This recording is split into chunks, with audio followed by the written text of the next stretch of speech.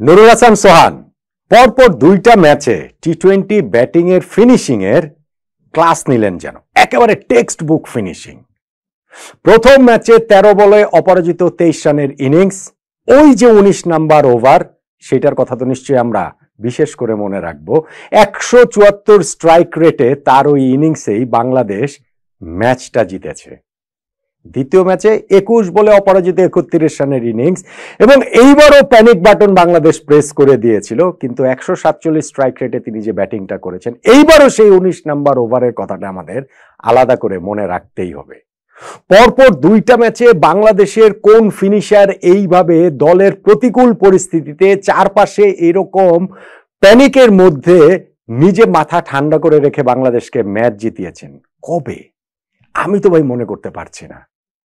নুরুল হাসান সোহান পৃথিবীর ইতিহাসে সেরা ফিনিশার না, বাংলাদেশের ইতিহাসেরও সেরা ফিনিশার না, কিন্তু আপনি যদি পরিস্থিতি বিবেচনা করেন, বাস্তবতা মাথায় রাখেন, তাহলে টানা দুইটা ম্যাচে তিনি যেটা করে দেখালেন সেইটা আসলেই ফিনিশিং এর ক্লাসে বাংলাদেশের ক্রিকেটারদের ক্ষেত্রে অবশ্যই বারবার দেখানো উচিত। আর দুইটা ম্যাচেই আমাদের অন্যান্য ব্যাটসম্যানরা যা করলেন এই ফিনিশিং লাইনে গিয়ে, যেইভাবে হুমড়ি খেয়ে পড়ে গিয়েছেন যাচ্ছেন, এই দ্বিতীয় ম্যাচটাতেও টানা যেই ভুলগুলো আমরা করলাম সেইটাকেও ধর্তব্যের মধ্যে আনতে হবে, রাখতেই হবে। তারা যেন নির্বোধ ব্যাটিং এর ক্লাস খুলে বসেছেন। একদিকে নির্বোধ ব্যাটিং এর ক্লাস, অন্যদিকে নুরুল হাসান সোহান টেক্সট বুক ব্যাটিং ফিনিশিং এর ক্ষেত্রে টি-20 বলছি, সেই ক্লাসটা যেন আমরা এই ম্যাচটাতেও দেখতে পেলাম। কিন্তু তারপরও সোহানকে নিয়ে আমার কথা আছে, আমার সিরিয়াস একটা আপত্তির জায়গা আছে। আমি জানি বাংলাদেশ আজকে ম্যাচ জিতেছে, টানা দুইটা ম্যাচে সোহানের এরকম ব্যাটিং পারফরমেন্স, তারপরে আমার ওই কথা ঠিক হালে পানি পাবে না, কিন্তু তারপরও আমি আসলে এটা বলতেই হবে। এরকম পরিস্থিতিতে যদি 10টা ম্যাচে যদি আমরা 10 বারই এরকম করি, তাহলে আমরা ম্যাক্সিমাম দুইটা ম্যাচ জিতবো। তার মধ্যে একটা না হয় জিতে গিয়েছি আফগানিস্তানের সঙ্গে, বাকি 9 ম্যাচের মধ্যে আর একটা জিততে পারি, কিন্তু 8 ম্যাচে আমরা হারবো, 80% ম্যাচে আমরা হারবো। সেইটা কোনটা তা নিয়েও আমার সঙ্গে আপনি অবশ্যই ডিবেট করতেই পারেন। দেখেন, একেবারে 19 নাম্বার ওভারটা থেকে শুরু করে, 19 নাম্বার ওভারটা প্রথম টি-20 ম্যাচে যে পরিস্থিতিতে শুরু করেছিলাম আমরা, আমাদের হচ্ছে গিয়ে 16 রান লাগতো, 2 ওভারে 12 বলে 16 রান লাগতো। নুরুল হাসান সোহান প্রথম 2 বলে 2টা ছক্কা মেরে দিলেন, ম্যাচ সেইখানটাতে শেষ। সেকেন্ড টি-20 ম্যাচটাতে যখন আমাদের 2 ওভারে লাগতো 19 রান, এইবার আরো 3 রান বেশি, এইবারও তিনি প্রথম বলটাতেই ছক্কা মেরে দিলেন, এবং সেই ছক্কাতে যেটা 12 বলে 19 রানের তুলনামূলক ডিফিকাল্ট টার্গেট, এবং প্রথম ম্যাচে আমাদের হাতে 4 উইকেট ছিল, এই ম্যাচে আমাদের হাতে মাত্র 2 উইকেট রয়েছে, কিন্তু সেই 12 বলে 19 ইকুয়েশনটাকে তিনি 11 বলে 13তে নিয়ে আসলেন, এবং যার পথ ধরে এরপরে শরীফুলের একটা দুর্দান্ত ব্যাটিং। শরীফুল নিশ্চিতভাবে এই ব্যাটিং এর গল্পটা সবসময় করবেন কলার উঁচু করে, তার অন্যান্য বোলার যারা রয়েছেন সতীর্থ, তাদেরকে দেখাবেন যে ব্যাটিংটা কিভাবে করতে হয়, মজা করেই হয়তোবা দেখাবেন, কিন্তু কখনো কখনো এরকম জিনিসের প্রয়োজনও আসলে রয়েছে। সেই শরীফুলের ফিনিশিং এ আমরা সেই 2 উইকেটে একটা রুদ্ধশ্বাস জয় পাই। তো আপনি 19 নম্বর ওভারটাতে সিমিলারিটিস খুঁজে পাবেন, আর যদি আপনি দুইটা ম্যাচের অবস্থা দেখেন সেইখানেও সিমিলারিটিস রয়েছে। নুরুল হাসান সোহান আজকে যে 21 বলে অপরাজিত 31 রানের ইনিংসটা খেলেছেন, সেই ইনিংসে যে তিনি 3টা ছক্কা, ওই একটা ছক্কাতে রয়েছে, আরো 2টা ছক্কা তিনি নবীর বলে মেরেছেন, এবং সেগুলোও খুবই প্রয়োজনীয় মুহূর্তে। যেমন ধরেন, শুরুতে তিনি ব্যাটিং এ যখন নেমেছেন, তারপরে প্রথম 4-5টা বলে তিনি কোনো রান পাননি। রান যে তখন পেতেই হবে বলে এরকম চাহিদাটা দলের ছিল না, কিন্তু তারপরেও নিজের উপরে প্রেশার তো আসতেই পারতো। যখনই একটা লুজ ডেলিভারি পেলেন, তিনি কিন্তু ছক্কা মেরে দিলেন। যখনই আমাদের ওই যে 5 ওভারে 44 রান প্রয়োজন, নবীর ওই ওভারটাতেও লাস্ট বলটাতে আরো একটা লুজ ডেলিভারি পেলেন, ছক্কা মেরে দিলেন। সো লুজ ডেলিভারিকে ছক্কা মারতে পারাটাও সেইটাও কিন্তু একটা বিরাট বড় ক্রেডিটের ব্যাপার, যেইটা নিজেদের উপরে থেকে প্রেশারটা অপোনেন্টের উপরে দিয়ে দেয়। আর 19 নম্বর ওভারে যেটা বললাম, নূরকে তিনি যে ছক্কাটা মেরেছেন, সেইটা তো মানে আউট অফ দ্য স্টেডিয়াম, সেটা আউট অফ দ্য ওয়ার্ল্ডও আসলে আমাদের হিসাব করলে, আমাদের বিবেচনা করলে, যে আমরা জয়ের পথে সেইখানটাতে অনেক বড় একটা লাফ আসলে দিয়েছিলাম।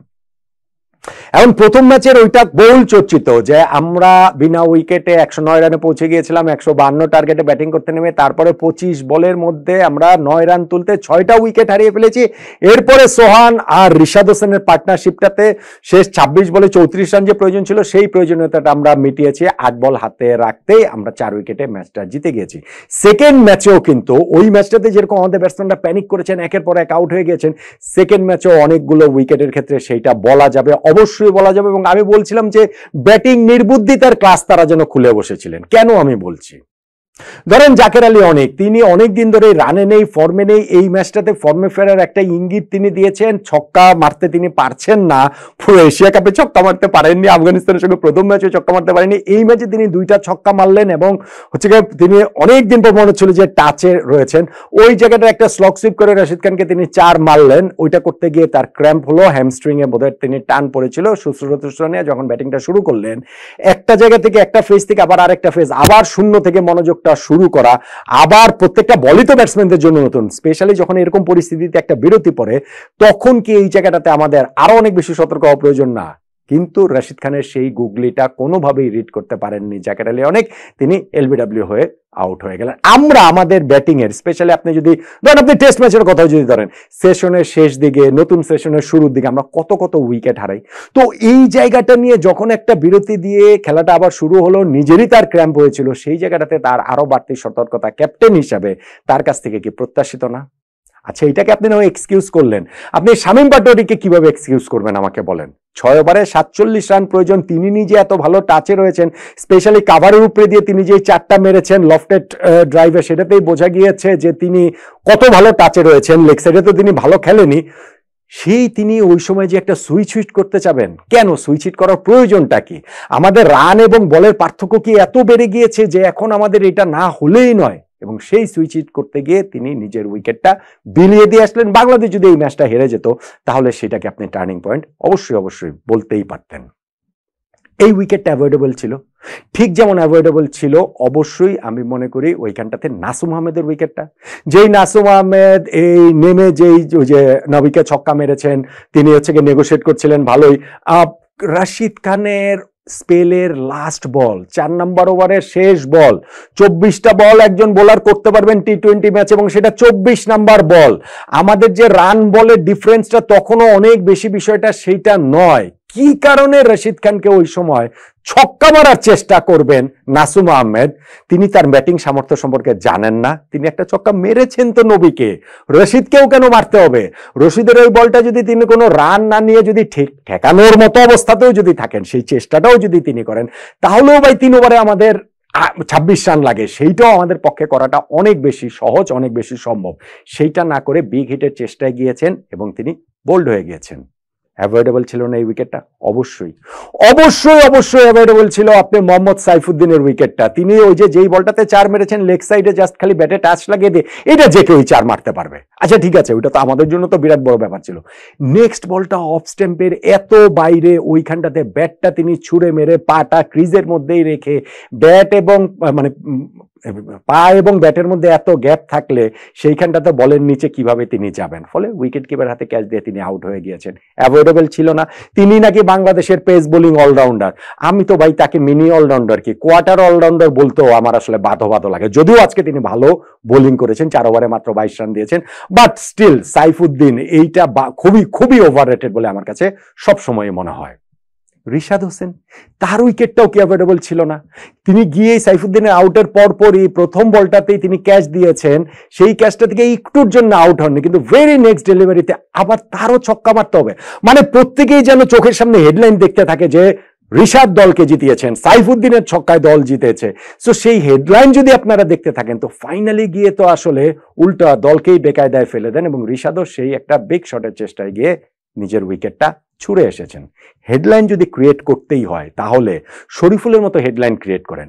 শরীফুল যে 6 বলে অপরাজিত 11 রানের ইনিংস খেলেছে, এবং যে 2টা 4 তিনি মেরেছেন, স্ট্রেইট 2টা 4 মেরেছেন, প্রপার ব্যাটসম্যানের মতো 2টা 4 তিনি মেরেছেন। সো সেইভাবে না করে প্রত্যেকে ইয়াহু শটে যদি আমরা ছক্কা মারার চেষ্টা করতে থাকি, তাহলে বাংলাদেশের এরকম পরিণতি হবে। এই ম্যাচটাতেও আমরা না হয় পার পেয়ে গিয়েছি সোহানের সেই দুর্দান্ত ফিনিশিংয়ে এবং শেষ বেলায় শরীফুলের সেই দারুণ ব্যাটিংয়ে, কিন্তু আলটিমেটলি গিয়ে দল হিসাবে প্রোগ্রেসটা কি হচ্ছে কিনা ওই প্রশ্নের জায়গাটা থেকেই যায়। আমি বলছিলাম তারপর আমার একটা প্রশ্ন আছে, সিরিয়াস প্রশ্ন আছে। নুরুল হাসান সোহান ওভারের ওই 19 নম্বর ওভারে প্রথম বলে ছক্কা মারলেন, 11 বলে আমাদের প্রয়োজন 13 রান। নেক্সট বলটাতে তিনি কেন সিঙ্গেল নেবেন? কেন তিনি 4টা বল এক্সপোজ করে দিবেন শরীফুলকে নূরের বলে? আমাদের হাতে মাত্র 2 উইকেট রয়েছে, এবং সেই 2টা উইকেট তুলে নিতে 2টা বলই আসলে লাগে। কেন ওই সময় তিনি নাম্বার 10 ব্যাটসম্যানকে এক্সপোজ করে দেবেন? আমি জানি, আমি বুঝতে পারছি, অ্যাবসলিউটলি এটা আন্ডারস্ট্যান্ডেবল যে Shoriful man of the match হয়েছেন, 6 বলে অপরাজিত 11 রানের ইনিংস খেলেছেন, ফলে তার ওই যে দুইটা শটও প্রপার ব্যাটসম্যানদের মতো শট খেলেছেন, ফলে তাকে এক্সপোজ করে দেওয়া তো সমস্যাটা কোথায়? এটি তো আপনি বলতে পারেন যে সোহান ঠিক কাজটাই করেছে। আমি বলবো না ঠিক কাজ করে নাই। আমি বলবো এরকম পরিস্থিতিতে বাংলাদেশ যখন এরকম বিগ মোমেন্টে এসে শেষ ওই 11 বলে 13 রান লাগবে, হাতে মাত্র 2 উইকেট রয়েছে, এক সাইডে প্রপার ব্যাটসম্যান রয়েছেন, তিনি প্রথম বলটা মানে ওই বলটাতে তিনি সিঙ্গেল নিতে পারলেও সিঙ্গেলটা ডিনাই করা, অ্যাভয়েড করাটাই হচ্ছে স্মার্টনেস। আজকে সেটা তিনি করেন নাই। শরীফুল এরকম ব্যাটিং করেছেন বলে আমরা বাংলাদেশ ম্যাচটা জিতেছি। কিন্তু আমি বলবো এরকম পরিস্থিতিতে বাংলাদেশ যদি নাম্বার 10 নাম্বার 11কে এক্সপোজ করে দেয়, 10টা ম্যাচের মধ্যে 8টা ম্যাচ আমরা হারবো। 10টা ম্যাচের মধ্যে 8টা ম্যাচ আমরা হারবো। লাকিলি আজকে আমাদের জন্য সেই দিনটা না, লাকিলি আজকে আমাদের জন্য সেই ম্যাচটা না। এবং শুধু লাকের কথা বলবো না, শরীফুলও দুর্দান্ত ব্যাটিং করেছেন, সেই কারণে এই ম্যাচটা আমরা জিতে গিয়েছি। তাহলে আমাদের একই দিকে আপনি জাকের আলী অনেক থেকে শুরু করে শামীম হোসেন পাটোয়ারি, নাসুম আহমেদ থেকে শুরু করে মোহাম্মদ সাইফুদ্দিন হয়ে রিশাদ হোসেন, প্রত্যেকের ক্ষেত্রেই বলা যায় যে নানান হিসাবে ব্যাটিং নির্বুদ্ধিতার ক্লাস যেন তারা খুলে বসেছিলেন। সেইখানে নুরুল হাসান সোহান তিনি সত্যিকার অর্থে টি-20 ব্যাটিং ফিনিশিং এর একটা ক্লাস ইনিংস খেললেন এবং দেখিয়ে দিলেন যে এই টিমটাতে বাংলাদেশের এই বাস্তবতায় আসলে তার প্রয়োজনীয়তাটা কতটুকু। আমি আগেও একটা ভিডিওতে, কালকের ভিডিওতে আমি বলেছিলাম আগের ম্যাচের, যে তিনি যে একটা মানে বিরাট কিছু তা নয়। বাংলাদেশের জন্য বাস্তবতাটাকে যদি আমরা মাথায় রাখি তাহলে আমার কাছে সবসময় মনে হয় যে এই ফিনিশিং এর এই রোলটাতে, স্পেশালি এরকম প্যানিক সিচুয়েশনে নুরুল হাসান সোহান অন্য যে কারো চেয়ে ভালো, প্রবাবলি বাকি আমাদের অন্য প্রায় সবার চেয়ে ভালো এবং প্রবাবলি আমাদের বাকি সবার চেয়ে ভালো এই ম্যাচটাতে আফগানিস্তানের বিপক্ষে তিনি সেইটা দেখালেন। তবে ওই যে শেষে গিয়ে নাম্বার 10 ব্যাটসম্যানকে এক্সপোজ করে দেওয়ার যে বিষয়টা, তিনি নিজে গিয়ে লাস্টে যে নট করেছেন, কুর্নিশের মতো করেছেন শরীফুলকে, বাট স্টিল আমি মনে করি যে that was a wrong tactical decision. সেইটার ক্ষেত্রে আজকে হয়তো আমরা সাফার করিনি, এই ম্যাচটাতে করিনি, তবে ভবিষ্যতে সেই আশঙ্কার জায়গাটা নিশ্চিতভাবেই থেকে যায়। আর যদি আমরা আমাদের এই ব্যাটিং এর কমন সেন্স অ্যাপ্লাই না করতে পারি, ব্যাটিং সেন্স অ্যাপ্লাই করতে না পারি, কোন সময় কোনটা প্রয়োজন, স্কিলের জায়গায় তো আমাদের ঘাটতি আছেই, কিন্তু একই সঙ্গে এই ক্রিকেটীয় সেন্স, কমন সেন্সের জায়গাটাও যে আমাদের প্রবল ঘাটতি রয়েছে, সেগুলো যদি আমরা ঠিক না করতে পারি তাহলে আফগানিস্তানের বিপক্ষে আমরা সিরিজ জিতেছি, দ্বিপাক্ষিক সিরিজ তো আমরা ভাই এশিয়া কাপের আগে শ্রীলঙ্কায় গিয়েও জিতেছিলাম, পাকিস্তানের বিপক্ষেও জিতেছিলাম, এশিয়া কাপে তো আর আমরা সেই প্রত্যাশিত রেজাল্ট করতে পারিনি। ফলে এই জায়গাগুলোতে যদি আমরা উন্নতি করতে না পারি তাহলে ভবিষ্যতে বড় টুর্নামেন্টে, ধরেন 6 মাস পরে যে ওয়ার্ল্ড কাপ আছে, সেইখানে আমাদের সাফার করতে হতে পারে। ম্যাচ জয়ের দিনেও অনেকগুলো কটু কথা বললাম, তারপরও আমার কাছে মনে হয় এগুলো বলা প্রয়োজন ছিল। একই সঙ্গে নুরুল হাসান সোহান টানা 2টা ম্যাচে ফিনিশিং এর যে দুর্দান্ত প্রদর্শনীটা তিনি করলেন, বাংলাদেশের বিচারে, বাংলাদেশের বাস্তবতায় তিনি স্কোয়াড 11এই অপরিহার্য হয়ে উঠেছেন। এটা নিয়ে বোধহয় এখন আর কারো কোনো দ্বিমত নেই, ফিনিশিং রোলে, নয় কি?